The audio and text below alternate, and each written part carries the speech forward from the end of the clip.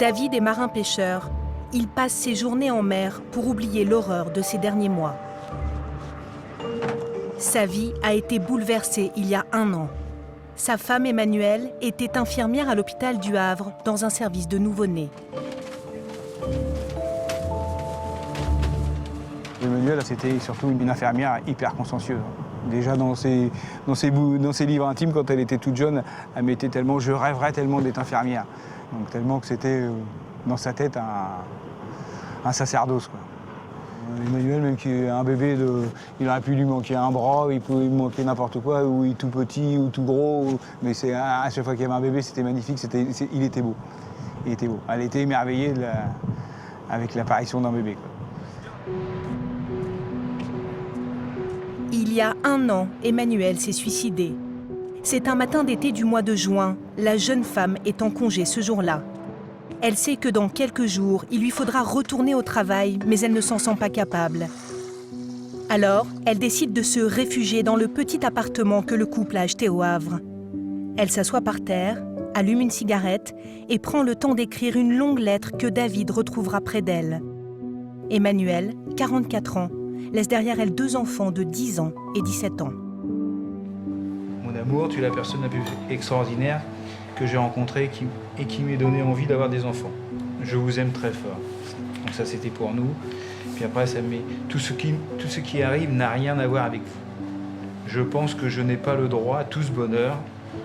Sur ma dernière nuit, j'ai transféré une petite fille en réa. Son état s'est dégradé. Au cours de la nuit, je ne sais pas ce qu'il s'est passé, mais j'ai le sentiment que j'ai fait quelque chose de grave. Et je ne peux plus vivre avec l'idée que j'ai détruit une famille qui avait elle aussi le droit au bonheur. David, protège les enfants, trouve quelqu'un qui saura s'occuper de vous et vous aimer. Je veillerai sur vous. Pardonnez-moi, maman.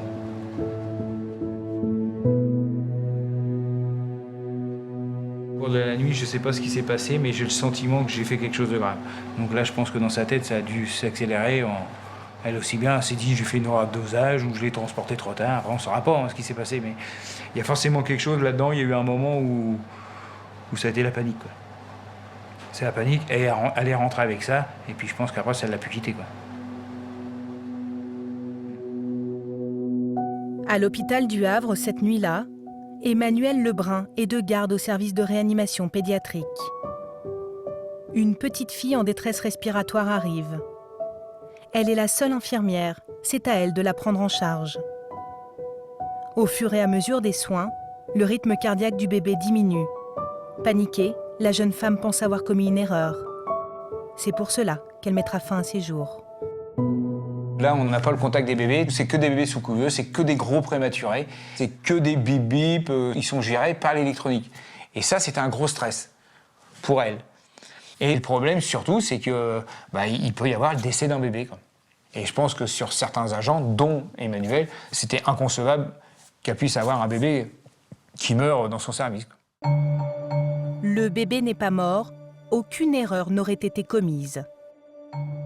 Pourtant, ce suicide n'est pas un accident. La jeune femme n'aurait pas dû travailler ce soir-là au service de réanimation. Elle a toujours demandé à ne pas aller dans ce service, mais elle n'a pas eu le choix. Ces évaluations annuelles de l'infirmière par l'hôpital le prouvent. Il y est écrit noir sur blanc qu'elle n'a pas le profil pour travailler en réanimation, même si elle y a déjà fait un stage il y a très longtemps. Passage en réanimation difficile sur l'organisation et situation d'urgence, stress. À l'époque, l'évaluation déconseille de l'affecter en réanimation. Pas de réa. Alors, pourquoi y est-elle envoyée ce soir-là? La réponse tient dans une restructuration à laquelle se livre alors l'hôpital du Havre. Depuis mars 2016, pour faire des économies, on impose aux infirmières d'être polyvalentes. Quel que soit leur désir ou leur profil, elles peuvent être affectées dans n'importe quel service. Ce soir-là, il manque une infirmière au service réanimation. C'est Emmanuelle qui la remplace. La direction est au courant du risque qu'elle encourt. Voilà le compte-rendu de son dernier entretien d'évaluation, 20 jours seulement avant son suicide. C'est marqué « Résultats professionnels obtenus, fait marquant de l'année écoulée ». Réorganisation des effectifs, d'où des remplacements effectués en réa néonat, ce qui déstabilise des agents qui éprouvent des difficultés à y travailler, dont Madame Lebrun. Pour David, ce suicide est un accident du travail. C'est la restructuration du service qui en est responsable. C'est à nous de nous battre et puis pour démontrer vraiment que le suicide d'Emmanuel, ça vient vraiment de l'hôpital, quoi. Parce que nous ici, on ne comprend pas pourquoi ça a pu arriver, quoi. Moi, je voudrais que ça soit reconnu accident du travail pour mes enfants, quoi. Pour qu'on puisse dire vos mamans, elle est décédée à cause du travail. C'est à cause du travail qu'elle est décédée. Parce que sinon, ils ne comprennent pas pourquoi maman elle a fait ça. Ils ne comprennent pas, maman elle est partie, maman tout allait bien dans la famille. Un mois après, on devait partir en vacances, tout ça, tout. Et puis du jour au lendemain, maman elle n'est plus là, quoi. Nous appelons la directrice de l'hôpital du Havre pour lui demander un rendez-vous et nous recevons ce mail. La direction du groupe hospitalier du Havre ne souhaite pas donner suite à votre demande de reportage. Pourtant, la direction reconnaît dans un courrier que le suicide d'Emmanuel est lié au travail. Le décès de Madame Lebrun Emmanuel est reconnu comme imputable au service. 1 an après, les collègues d'Emmanuel sont toujours bouleversés. 1 an après, rien n'a changé dans le service. Elles sont toujours obligées de tourner dans tous les secteurs, y compris en réanimation. Aujourd'hui, on ne nous laisse pas le choix, sinon on nous demande de partir. Avant, une nouvelle personne arrivait dans le service, elle était doublée pendant 2 mois. Au bout de 2 mois, elle faisait le bilan avec les médecins et avec sa cadre en disant « oui, je veux bien rester, non, je ne veux pas rester ». Et là, on l'écoutait. Aujourd'hui, comme c'est une question d'argent, quand il manque du monde en réanimation, eh ben on prend dans les secteurs d'à côté, tout simplement. On met des noms sur un papier, que quand il y a un arrêt, quand il y a 2 arrêts, on va chercher les noms, on déplace des pions. Et c'est ce qu'on ressent, c'est terrible. On le sait qu'on est des pions. On l'a toujours été, mais il manque le côté humain, le côté respectueux de la chose. Depuis, la direction de l'hôpital a lancé un audit interne dans le service.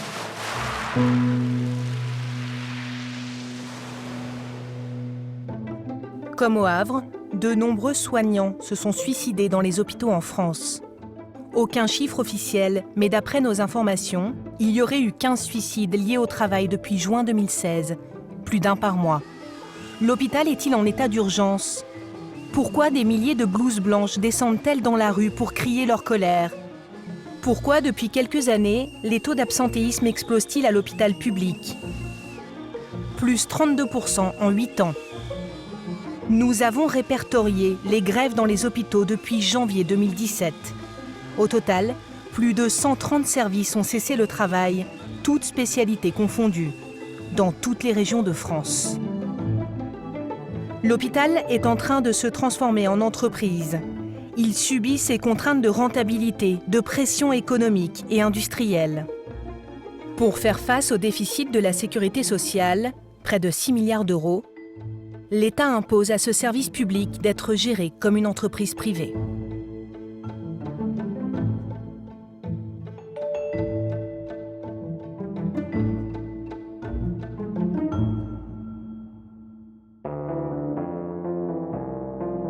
Notre enquête débute à Toulouse, un hôpital d'excellence. Avec près de 3000 lits, des services de pointe dans tous les secteurs, c'est un des plus grands hôpitaux de France. Toulouse, c'est aussi un hôpital réputé pour être un des plus performants. Depuis 1998, il est toujours classé dans les 3 premiers au palmarès du magazine Le Point. Il est même premier pour certaines activités comme le traitement des accidents cardiovasculaires cérébraux. Mais dans cet hôpital, l'été 2016, 4 membres du personnel se sont suicidés. Depuis quelques années, l'hôpital court après la réduction de son déficit. Et pour cela, comme une entreprise, il a durci ses méthodes de management. Nous avons été alertés par une infirmière du service gériatrie. Dans ce service, plus qu'ailleurs, il est très difficile d'obtenir des témoignages. Les soignants ont honte quand ils en viennent parfois à maltraiter leurs patients. Cette infirmière travaille ici depuis 8 ans. On nous enseigne qu'il faut respecter la pudeur de la patiente ou du patient, peu importe. C'est-à-dire mettre la serviette sur les parties intimes, pour les femmes sur la poitrine. Puis quand on arrive dans une structure, vous savez que vous devez faire vite. Vous mettez au moins les serviettes. Il y a 3 patients dans une même chambre, vous mettez la serviette.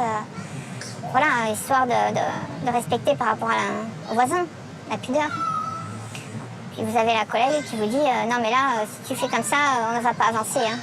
Et elle m'enlève les serviettes, tu prends le gant, tu prends un gant, tu nettoies du visage jusqu'aux pieds, tu changes de gant, tu rinces, et après tu retournes et tu fais la même chose derrière. Hein. Sinon on n'avance pas. Hein.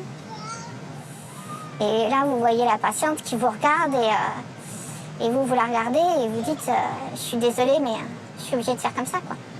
On est là, le chrono à la main, à faire 12 toilettes en 2h45.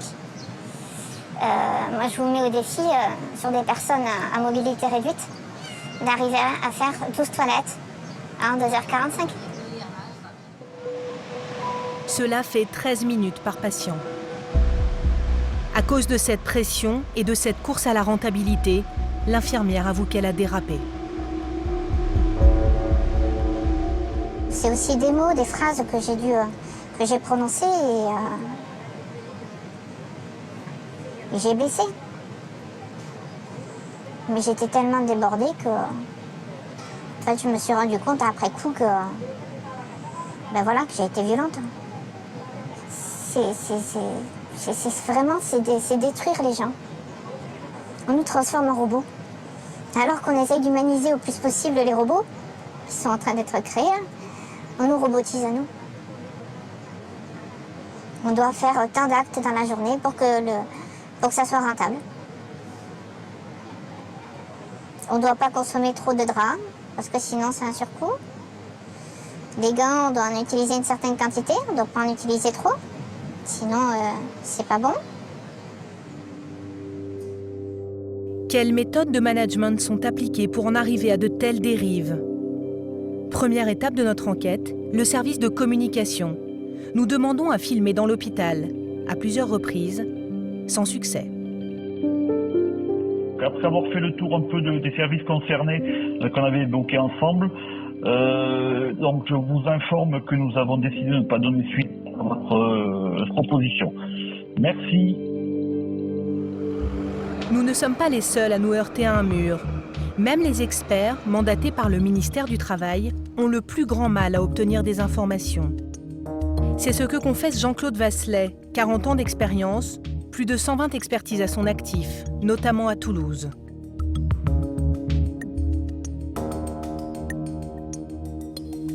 C'est je donne pas les documents, ou je les donne avec retard, ou je donne des documents plus ou moins tronqués, ou des choses comme ça. Bon, je mets la pression sur les cadres pour qu'elles mettent elles-mêmes la pression sur les soignants pour que les soignants ne nous parlent pas.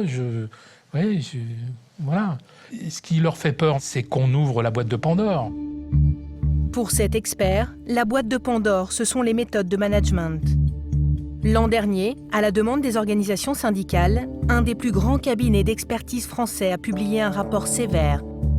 Le management y est tour à tour qualifié de délétère,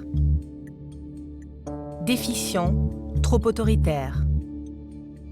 L'expert dénonce une pression sur le personnel pour en faire toujours plus. Ça consiste à faire en sorte que, au détour d'une absence, par exemple dans une équipe, on dise aux agents, écoutez, réunissez-vous, discutez entre vous, organisez-vous de manière à pallier cette absence, parce que vous comprenez, l'hôpital n'a plus les moyens de remplacer, donc on ne remplacera pas, donc débrouillez-vous pour que ça marche.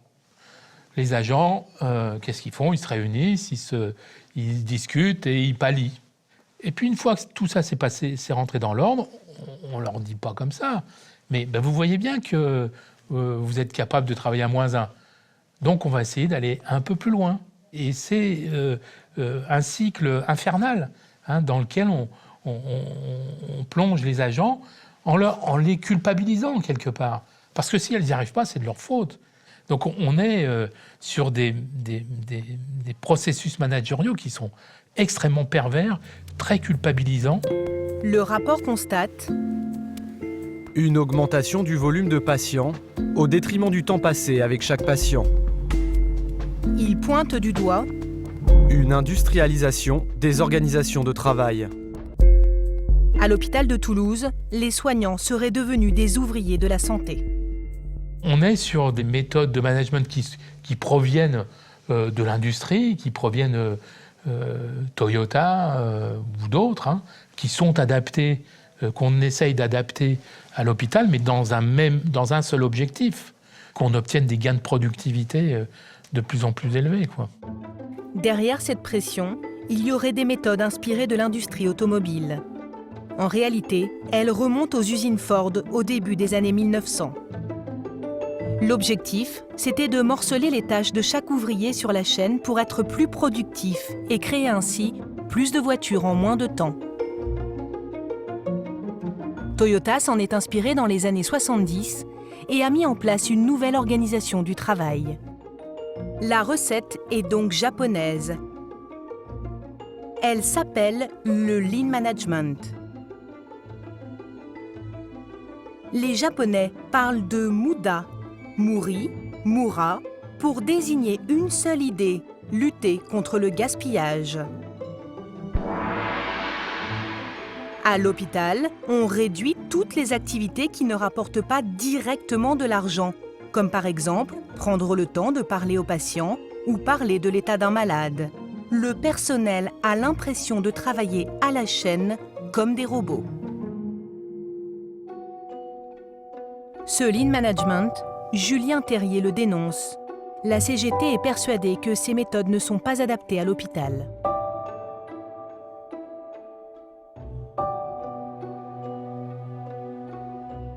Et c'est faire optimiser les organisations de travail pour faire baisser les temps morts.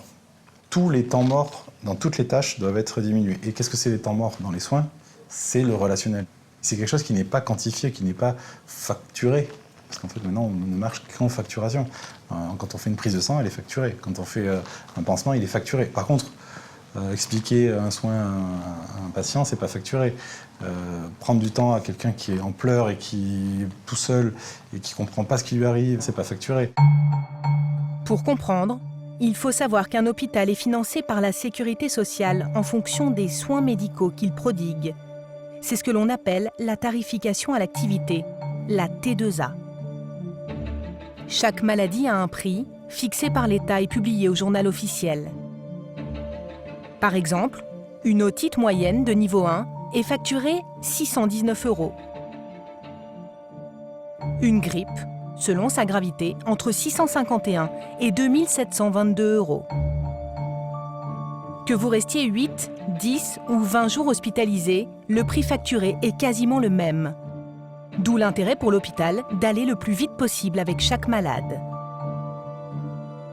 En 2013, l'hôpital de Toulouse organise une conférence sur le Lean Management. Son titre est explicite « Comment déployer des pratiques industrielles à l'hôpital pour le bien-être de tous ?» Jacques Giron, radiologue et spécialiste du thorax en France, participait à cette réunion en 2013. Depuis ses débuts, il y a 30 ans à l'hôpital de Toulouse, il a vu évoluer les méthodes de management. Il dénonce les objectifs de performance qu'on lui impose comme au reste de l'hôpital. Le débit. Encore plus vite, encore plus vite. Tu fais 10 scanners à l'heure, il faut en faire 11. Voilà. Et donc on fait se presser tout le monde, le malade, le personnel, le manipulateur, la SH, tout le monde. C'est une vision hyper capitaliste, hein, au fond des choses. Plus j'en fais, plus ça marche. C'est pas pour le malade. Le malade, des fois, il faut le temps, il faut qu'il respire, il faut qu'il regarde, qu'il comprenne. C'était très humain, ça. Mais ça, on l'a supprimé. Tout ça pour aller vite, les cadences. Le lean management dont on parlait au départ. Ces méthodes ne sont pas sans conséquences. Nous nous sommes intéressés à ce service de l'hôpital de Toulouse, l'hôpital des enfants, et particulièrement à son bloc opératoire. Chaque année, plus de 30 000 enfants y sont hospitalisés. Ce qui nous alerte, C'est un rapport confidentiel demandé par le comité d'hygiène et de sécurité de l'hôpital. Il est titré « Expertise risque grave ». On y lit « L'organisation médicale, telle qu'elle se déploie actuellement au bloc pédiatrique, est source d'un certain nombre de dysfonctionnements. » Un des infirmiers qui travaille depuis 7 ans dans ce bloc a accepté de nous parler. Selon lui, les conditions de travail sont problématiques. C'est à la chaîne dans le sens où le premier patient doit être en salle pour 8 h du matin. Le deuxième patient doit être en salle pour 8 h 30. Si le premier patient est en salle de 8 h à 8 h 20, il faut que dans une autre salle, le deuxième patient soit déjà en train de dormir pour que les chirurgiens puissent opérer à 8 h 30. Ben nous, dans la mesure où on est déjà sur la chirurgie, que la chirurgie dure un peu plus longtemps, ben l'enfant il va rester en salle d'opération, se prendre des produits anesthésiques pendant un peu plus longtemps que prévu, et en fait avoir un temps de réveil qui va être plus long, des doses de morphine qui vont être un peu plus élevées, et ainsi de suite en fait. Et du coup, c'est moins bon pour le patient aussi d'avoir ça, d'avoir plus d'anesthésie, Ben oui. plus... Oui, une anesthésie générale, oui. Selon lui, il y a des doses d'anesthésiques plus fortes parfois que nécessaire, mais aussi des cadences de travail trop rapides. On n'a pas forcément le temps de vérifier le matériel qui est disponible, le matériel dont on a besoin pour opérer. Et une fois, ça m'est arrivé, on a commencé à opérer et on n'avait pas le matériel adéquat pour opérer l'enfant. Donc moi, je me suis senti en difficulté parce que c'était de mon ressort et je n'ai pas eu le temps de le faire ni la possibilité de le faire. Entre stress, rythme de travail accéléré et exigence du poste, les infirmiers expérimentés quittent le service.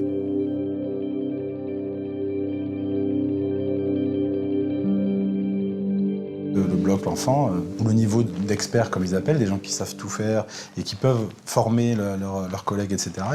Avant, tout le monde savait à peu près, il n'y avait pas beaucoup de turnover dans ce service, etc. Et là, ils n'ont que 30% du personnel qui sait faire tout, qui sait assurer tout et qui est donc qui est à l'aise et qui n'est pas en situation de stress professionnel quand il prend en charge un type d'opération, etc. Et donc du coup, là, à 30%, là c'est le seuil critique, on dit en moins de 30%, s'il y a encore des gens qui partent, là on n'assurera plus la qualité des soins. Les gens psychologiquement et physiquement n'en peuvent plus. Dès qu'il y a des grosses chirurgies, c'est toujours les mêmes qu'on envoie. Et s'il n'y a plus de soignants compétents, ça va être très compliqué de soigner correctement les enfants. Depuis notre tournage, cet infirmier a quitté le service. Nous avons rencontré une autre infirmière de l'hôpital des enfants. Elle témoigne elle aussi anonymement. Avec cette pression économique et ses méthodes de management, elle accuse l'hôpital de prendre beaucoup de risques avec ses petits patients. En fait, comme on n'est pas suffisamment pour travailler, les soins qu'on fait ne sont pas faits aux bonnes heures. On explique aux médecins que les prises en charge qu'on nous demande, elles ne sont pas réalisables. Et les médecins changent les prises en charge pour que ça devienne réalisable dans notre service. Donc c'est des surveillances qui changent. Un patient qui doit être normalement surveillé toutes les heures, la prescription va se transformer en une surveillance toutes les 3 heures ou toutes les 6 heures. Il y a un impact sur la santé de ces enfants. Aujourd'hui, je rentre chez moi en me demandant si j'ai bien fait tout ce qu'il fallait et si un enfant ne va pas mourir sur ma journée de travail. Ce qui vous fait peur aujourd'hui, c'est qu'il y a un enfant L'erreur, oui, l'erreur. Elle est épuisée professionnellement. Elle appelle au secours. Et ça ne peut pas continuer en fait, c'est pas possible. Il faut qu'on nous entende et qu'on nous aide maintenant. Parce que c'est pas normal.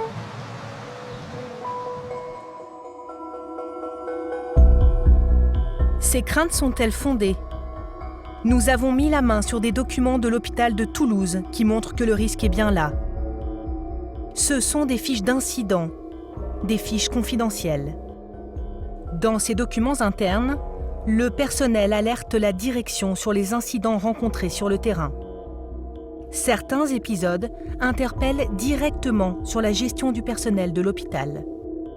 Dans cette fiche rédigée à l'hôpital des enfants le 28 juin 2016, on lit qu'il y a seulement 2 infirmières en poste pour assurer les soins pour 10 enfants, de 7h15 à 11h30, alors que la charge de travail est très importante. Plus loin, il y est écrit « La prise en charge des enfants ne se fait pas dans la sécurité ». La direction ne nie pas le problème et le met sur le compte d'un absentéisme qui n'a pu être compensé sur le champ. Dans un service voisin, en maternité, on découvre sur une autre fiche qu'une femme n'a pas été prise en charge à temps des suites de son accouchement. Dans un contexte d'hyperactivité, les équipes étant occupées plus par rapport à l'activité, la pose de rachianesthésie n'a pu se faire qu'à 2h45. Cette patiente a eu une hémorragie de 1900 cm3. En d'autres termes, la jeune femme a dû attendre plus de 2 heures avant une intervention sous péridurale et a perdu entre-temps presque 2 litres de sang. C'est la moitié de ce que contient le corps d'une femme.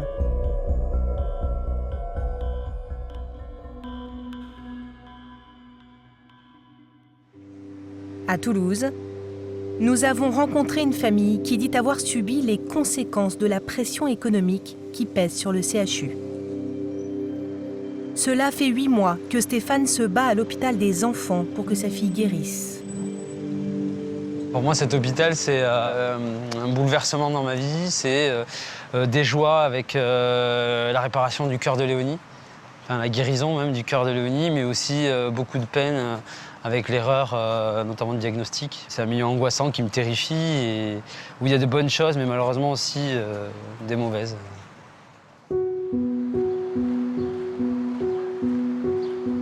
Nous décidons d'aller voir la petite fille dans sa chambre d'hôpital.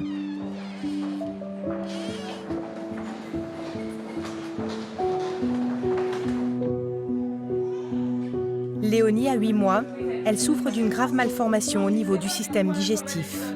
Depuis sa naissance, elle n'a pas connu d'autres univers que l'hôpital, passant de service en service, et toujours avec ses tuyaux qui la nourrissent. Léonie ne pèse que 4 kilos, le poids d'un nouveau-né. Elle doit se battre chaque jour pour vivre et grandir.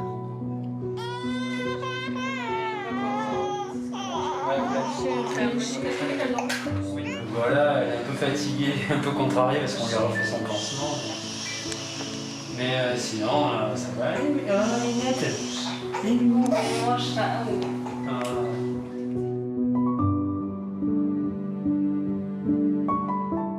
Selon les parents de Léonie, leur fille est hospitalisée à cause d'une erreur de diagnostic, en partie liée à un problème d'organisation du service.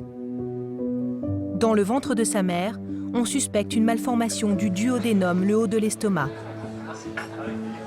À sa naissance, une radio est indispensable. Elle est réalisée un week-end. Si elle montre un problème, il faudra vite opérer.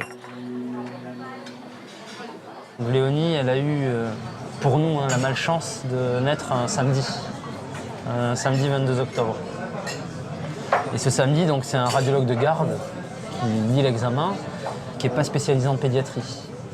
Donc quand il lit l'examen, n'a pas forcément toutes les compétences requises pour voir peut-être quelque chose qui était très fin, mais qui était là, puisqu'il existait avant même la naissance, finalement. Et donc cette personne lit l'examen et dit « non, il n'y a rien, c'est négatif ». Voilà ce qu'on nous dit. Nous, quand on apprend ça, on a un doute. Là, on a remis une couche en disant « vous êtes sûr que l'examen au niveau digestif, il est négatif, qu'il n'y a aucun problème, vous êtes sûr, parce qu'elle vomit, c'est pas normal ». Les médecins nous disaient « on est catégorique, cet examen est négatif, c'est qu'il n'y a pas de problème ». Et en fait, il faut attendre 3 mois, mais c'est un combat de tous les jours. On a dû insister, on a vécu ça, on a vu notre petite vomir, avoir mal, pour finalement réussir à obtenir un OTGD, mais sans conviction. Vraiment, peut-être parce qu'on a insisté, que j'avais posé les données à plat sur une feuille, vous voyez, à force de... Et ce deuxième examen montre que finalement, il y a un problème. Une erreur de diagnostic qui a eu des conséquences graves sur sa fille. J'ai besoin de réponses. J'ai besoin de connaître la portée de cette erreur. Parce que moi, ma portée à moi, oui, c'est subjectif, c'est une grosse erreur. C'est une erreur de notre vie, en fait. Parce que je ne sais pas, Léonie, on ne sait pas encore. Peut-être qu'elle va garder sa nutrition artificielle à vie, on ne sait pas. Ah, mais c'est possible, on n'a aucune réponse. Dans 3 semaines, dans 3 mois, dans 3 ans, dans 30 ans, on ne sait pas.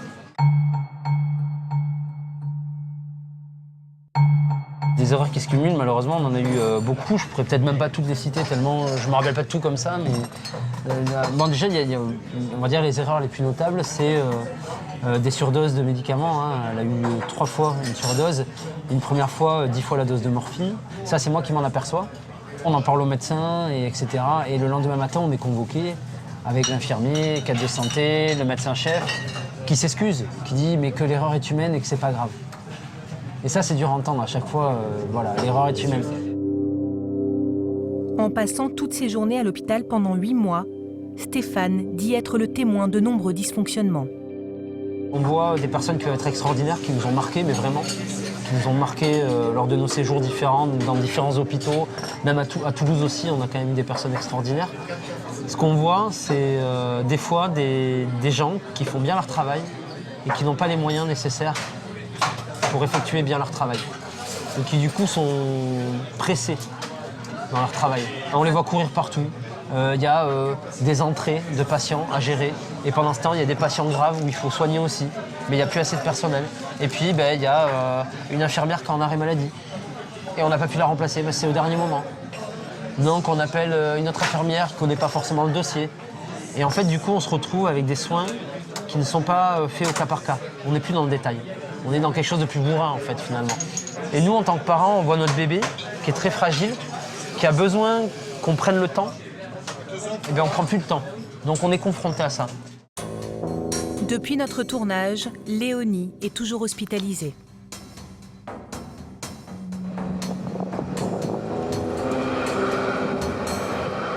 Le résultat de cette politique se lit dans les comptes de l'hôpital. La direction a réussi à réduire de manière spectaculaire son déficit, passant de 29 à 19 millions d'euros en 1 an. Une réduction qui alerte Julien Terrier. Le seul objectif des directions maintenant, c'est de réduire les déficits. Et on ne regarde plus la qualité des soins, on ne regarde plus la souffrance au travail, on ne regarde plus tout ça. On regarde le fait que, ou si oui ou non, ce directeur, cette équipe de direction a réussi à réduire le déficit des hôpitaux. Face à ce que nous découvrons à Toulouse, nous insistons auprès de la direction de l'hôpital pour avoir une interview. Elle est à nouveau refusée. Dans cet Algeco, le jour de notre tournage, nous apprenons que le directeur est en réunion. Nous l'interpellons à la fin de son rendez-vous. Pourquoi vous ne voulez pas me répondre? Est-ce qu'on peut prendre rendez-vous? Non, parce que c'est ce que vous êtes en train de faire. Ce que vous êtes en train de faire n'est pas correct. Voilà. Mais monsieur Lemoine... Et j'espère que c'est ce que vous garderez. Mais monsieur Lemoine, j'ai demandé une autorisation. Quand est-ce que vous souhaitez qu'on se rencontre? Est-ce que ça vous dérange de parler des restructurations à l'hôpital? Rien du tout. D'accord. C'est toujours, tout ça c'est incorrect. Et donc j'ai bien... Attendez, je vous ai demandé l'autorisation de tournage. Non, ça non. Ça non, ça c'est incorrect.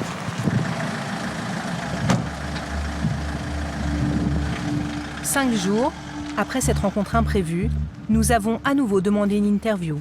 Et cette fois-ci, elle a été accordée. Il aura donc fallu interpeller le directeur sur un parking de l'hôpital pour décrocher un entretien. Nous le rencontrons dans son bureau, sous le contrôle de son directeur de communication. Est-ce qu'il y a un malaise à l'hôpital? Dans votre hôpital? Alors, ça, c'est 2 questions différentes. Est-ce qu'il y a un malaise dans votre hôpital? Alors, la question n'est pas... Donc, je suis obligé de rappeler ici qu'il se passe un processus important de mutation des métiers, des pratiques professionnelles et des organisations.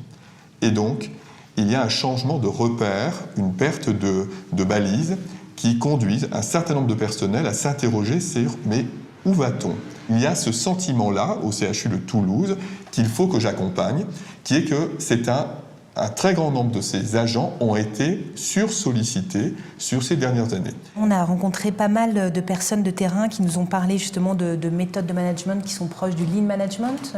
Est-ce que vous pensez que ça a sa place en milieu hospitalier? Alors, je considère que on peut caricaturer le fonctionnement. L'hôpital n'est pas une entreprise, ne sera jamais une entreprise. L'hôpital, c'est à la fois s'interroger sur comment on répond dans des conditions compliquées, chaque fois différentes, à une demande qui est la prise en charge d'un patient qui est unique et individuel.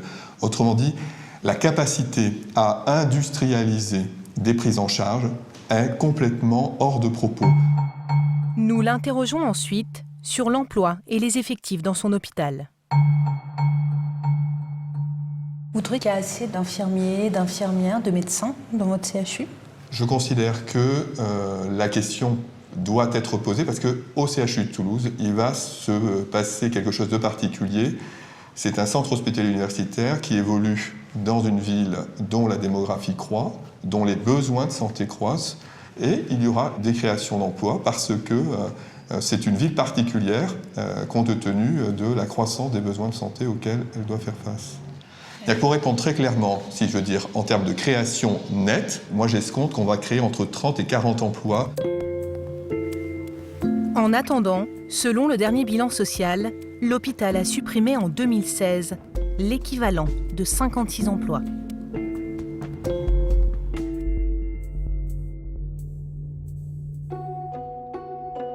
Comme pour les entreprises ordinaires, cet équilibre budgétaire serait désormais la question centrale. L'hôpital est sur le fil du rasoir.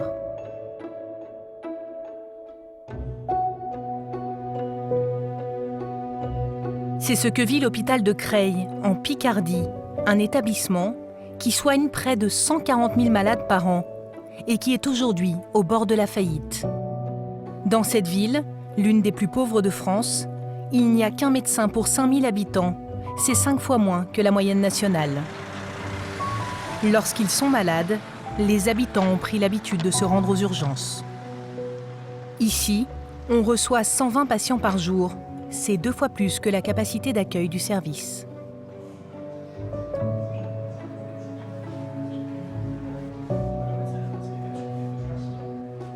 Les urgences, ce ne sont pas que des cris de douleur et des sirènes du SAMU. Ce sont aussi des douleurs silencieuses. Cet hôpital est sous pression économique. Depuis 5 ans, le chef de service, Loïc Penn, voit la situation s'aggraver. Ce mardi, il est inquiet. Déjà 10 patients attendent dans les couloirs, certains depuis plus de 12 heures. Ce sont des situations devenues familières et qui n'étonnent même plus les patients.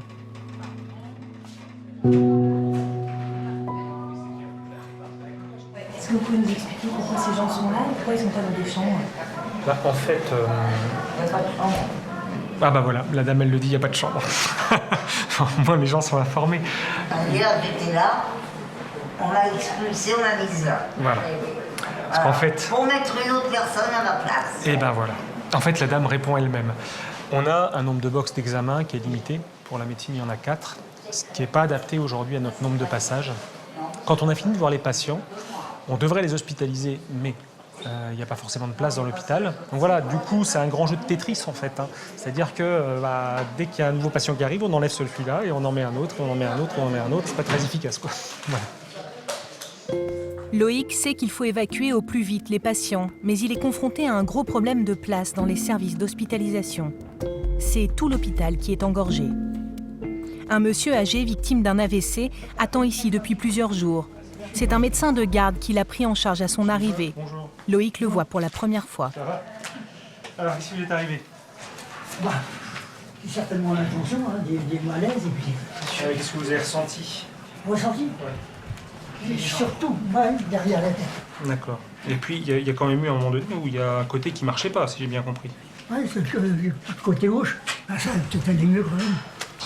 Ça va peut-être aller mieux, oui, sans doute. Mais je vous dis, il y a besoin d'explorer quand même. On va devoir faire quelques examens. J'ai quand même 81 ans. Ok, à tout à l'heure. À tout à l'heure. Toutes les chambres sont pleines et en fait la difficulté c'est qu'on est un service de court séjour, une unité d'hospitalisation de courte durée. Et là, ça fait combien de jours qu'il est là? Là, 1, 2, 3, 4 jours. Il est évident qu'il serait mieux dans un service spécialisé, qu'il faut qu'on ait une place aujourd'hui, mais on a dans cette situation 3 patients qui sont là depuis longtemps, sur ce même service, qui ont besoin de place, et pour l'instant, il n'y en a pas. Donc là, on essaye à chaque fois de ne pas... qu'ils ne perdent pas de chance, c'est-à-dire qu'ils voient quand même le spécialiste concerné, qu'il ait les examens, voilà. Mais c'est vrai qu'on est dans l'adaptation permanente pour que les patients soient le mieux pris en charge possible. Alors qu'on pourrait, voilà, normalement on devrait faire autrement. Mais on n'a pas les moyens de faire autrement.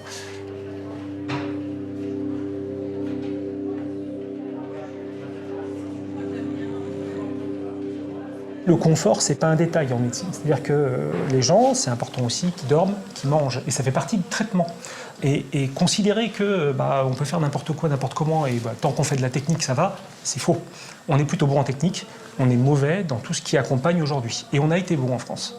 On est devenu mauvais parce que on a des réformes du système de santé, des politiques de santé depuis 30 ans qui sont catastrophiques. À Creil, il n'y a pas que les urgences qui sont au bord de l'asphyxie, faute de moyens.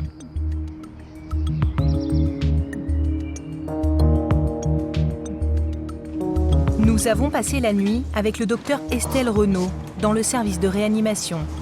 C'est le plus grand de la région et le seul à 50 km à la ronde. 14 patients séjournent ici, entre la vie et la mort. Ils sont là pour des cancers en phase terminale, des AVC, des malaises cardiaques. Pour RAS, elle est toujours en VSZ. Je sais pas si tu as récupéré le bilan de 19 qui a été piqué. le Yono n'était toujours pas sorti. D'accord. Elle répond. Je lui ai parlé, elle m'a fait des hochements de tête et tout ça. Donc elle est en phase de réveil. Une vraie réponse. Vraie réponse. On laisse récupérer et puis le matin... D'accord. Bon, c'est une bonne nouvelle si elle se réveille. Ok. Estelle, je vous entendais dire que c'est une bonne nouvelle si elle se réveille, la dame. Ouais.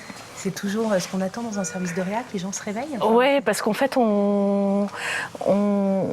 souvent, on guérit le rein, le poumon, les organes, mais on a souvent des patients qui ne se réveillent pas derrière. Et là, c'est une bonne nouvelle. Pour maintenir les patients en vie, il faut un matériel très sophistiqué. Le docteur Renaud s'inquiète pour les respirateurs de son service. Ils sont très vieillissants et très coûteux à renouveler. Un respirateur, c'est très cher. On a 15 lits de réanimation, c'est 15 respirateurs. Et nous, ils arrivent déjà à 6-7 ans d'âge. Donc là, j'alerte. Ça fait 2 ans que j'alerte. Je dis attention, s'il y en a un qui lâche, et puis on n'en a pas un en plus. Mais c'est un coût tel que les établissements ont du mal à anticiper, à pouvoir fournir... Est-ce que ça coûte combien, un respirateur ? C'est 40 000 euros. Ouais, je vous disais, c'est une belle voiture. Donc, x 15. Si on a un respirateur qui tombe en rade, la chambre, elle est fermée. 15 respirateurs, cela coûterait 600 000 euros pour un hôpital déjà en déficit. Alors, pour d'autres matériels de pointe, le comptable de l'hôpital a trouvé une solution. Donc ça, c'est une machine de dialyse. On en avait 2 dans le service. Quand la capacité du service a augmenté à 15 lits, on est toujours resté avec 2 machines. On s'est retrouvés, on n'avait pas assez de machines parce qu'on passait d'un malade à l'autre à vitesse grand V et on prenait celui qui était le plus urgent, on laissait le patient le moins urgent à attendre qu'il ait... voilà. Donc là, on a réussi à en avoir une 3e. Et en fait, c'est une machine d'occasion qu'on a récupérée, que l'hôpital... Alors, elle fonctionne bien, mais c'est déjà une machine d'occasion. À Creil, nous nous sommes aussi intéressés aux effectifs de ce service. La loi encadre très précisément la réanimation. C'est ce que l'on appelle un service normé. C'est-à-dire qu'un décret définit le nombre minimum de personnel nécessaire à son bon fonctionnement.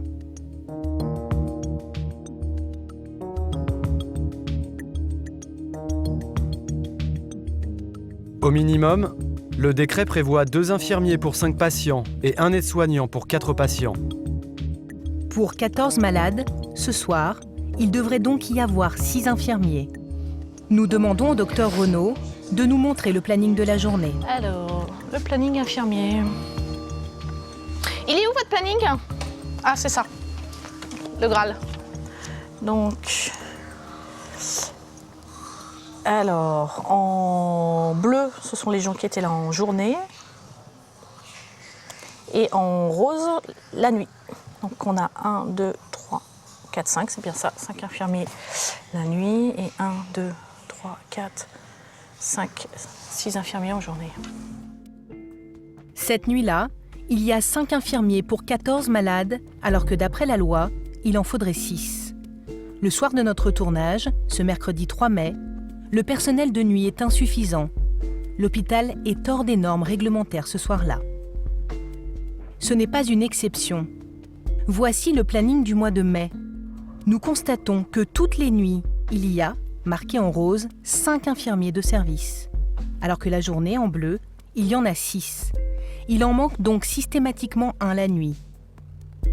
Cette situation dure depuis plus de 2 ans. C'est ce qu'indique ce rapport interne à l'hôpital que nous nous sommes procuré.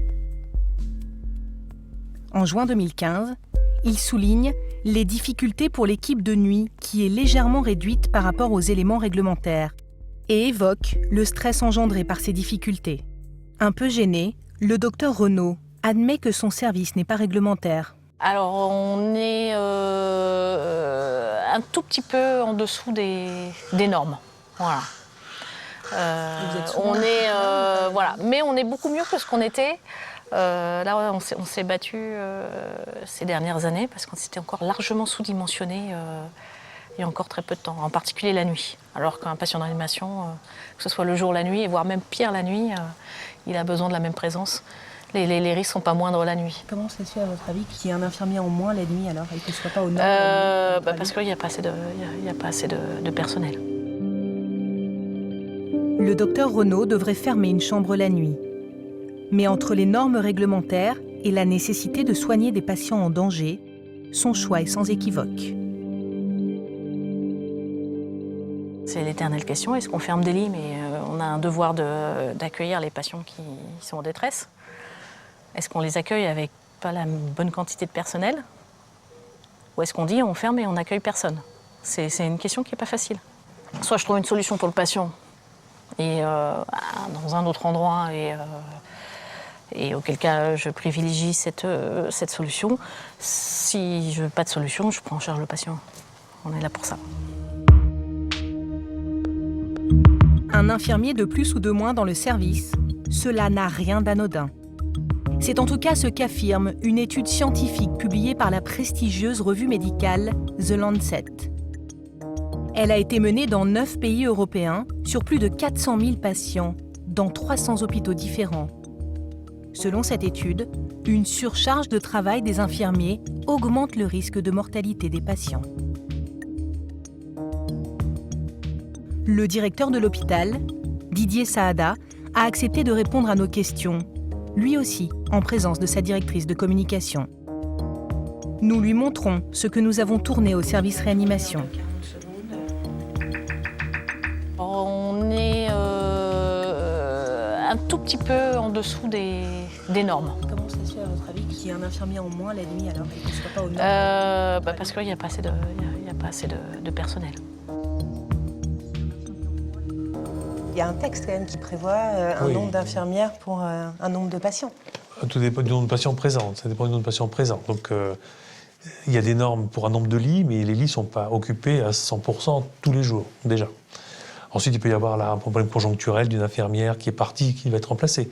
Le projet, ça fait des mois et des mois que manifestement il n'y a pas d'infirmière, et même avant que vous arriviez. Moi, les consignes que j'ai données, c'est la mise aux normes. Après, j'ai pas de baguette magique non plus. Nous l'interrogeons ensuite sur les respirateurs obsolètes du service de réanimation.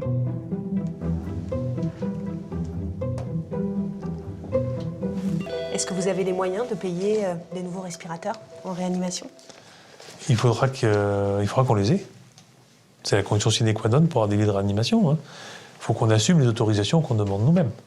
Donc c'est des conditions, c'est indispensable. Le directeur, nous allons le comprendre, n'a tout simplement pas d'argent dans ses caisses. Son hôpital est très endetté, 128 millions d'euros de dettes. Faute de rentrée d'argent suffisante, il en est réduit à devoir emprunter aux banques. À la Caisse d'épargne, à la Société Générale, au Crédit Mutuel et à la SFIL. Comme n'importe quelle entreprise, il emprunte à un taux de 2,8% et doit rembourser 4 millions d'euros, rien que pour les intérêts, alors que l'hôpital est déjà très endetté. Le problème, c'est qu'on ne trouve plus de banque pour nous prêter parce que notre situation financière est dégradée. Tout est au rouge vif. Et ils nous disent, mais oui, mais il y a un risque qui est trop fort.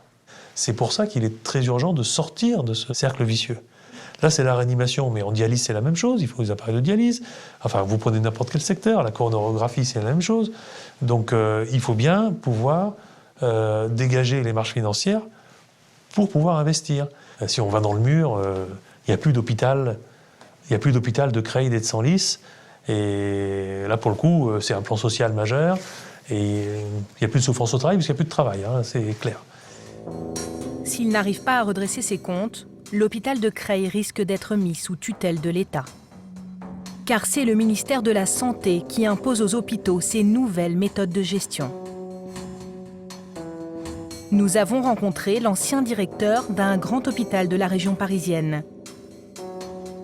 Il nous explique que les marges de manœuvre sont très étroites par rapport à l'État représenté par ces agences régionales. J'ai eu une agence qui, en tous les cas un certain nombre d'acteurs au niveau de l'agence régionale de santé, qui m'ont dit « nous, on veut que vous diminuiez les moyens personnels ». J'ai planché sur une proposition qui était équilibrée avec un maintien des moyens en personnel sans les développer, sans les diminuer. Cette première proposition a été refusée. Deuxième proposition m'a été demandée avec un effort conséquent sur le personnel de 2 millions d'euros de moins. C'était complètement irréaliste. J'ai proposé 500 000 euros et je l'ai fait également voter par le conseil de surveillance. Cette deuxième mouture a été refusée et à partir de ce moment-là, en droit, l'agence régionale peut se substituer à un établissement. Et au lieu de le faire, elle m'a donné l'injonction de mettre moins 2 millions d'euros sur le budget, sans pour autant en prendre la responsabilité, formellement, comme l'y obligent d'ailleurs les textes. Il a préféré quitter son poste plutôt que de mettre en place un plan social. Alors, moi, j'ai pas véritablement démissionné, j'ai fait valoir, comme on dit, mes droits à la retraite, de manière un peu anticipée. Il faut quand même rappeler que le directeur d'hôpital est évalué chaque année par le directeur d'agence régionale de santé ou l'un de ses adjoints, et que dépend donc de cette évaluation son éventuelle évolution de carrière. Donc il y a évidemment, ce n'est pas complètement sans conséquence si on le fait de manière maladroite. Voilà. On comprend bien la pression qui pèse sur les gestionnaires d'hôpitaux pour appliquer les directives du ministère de la Santé.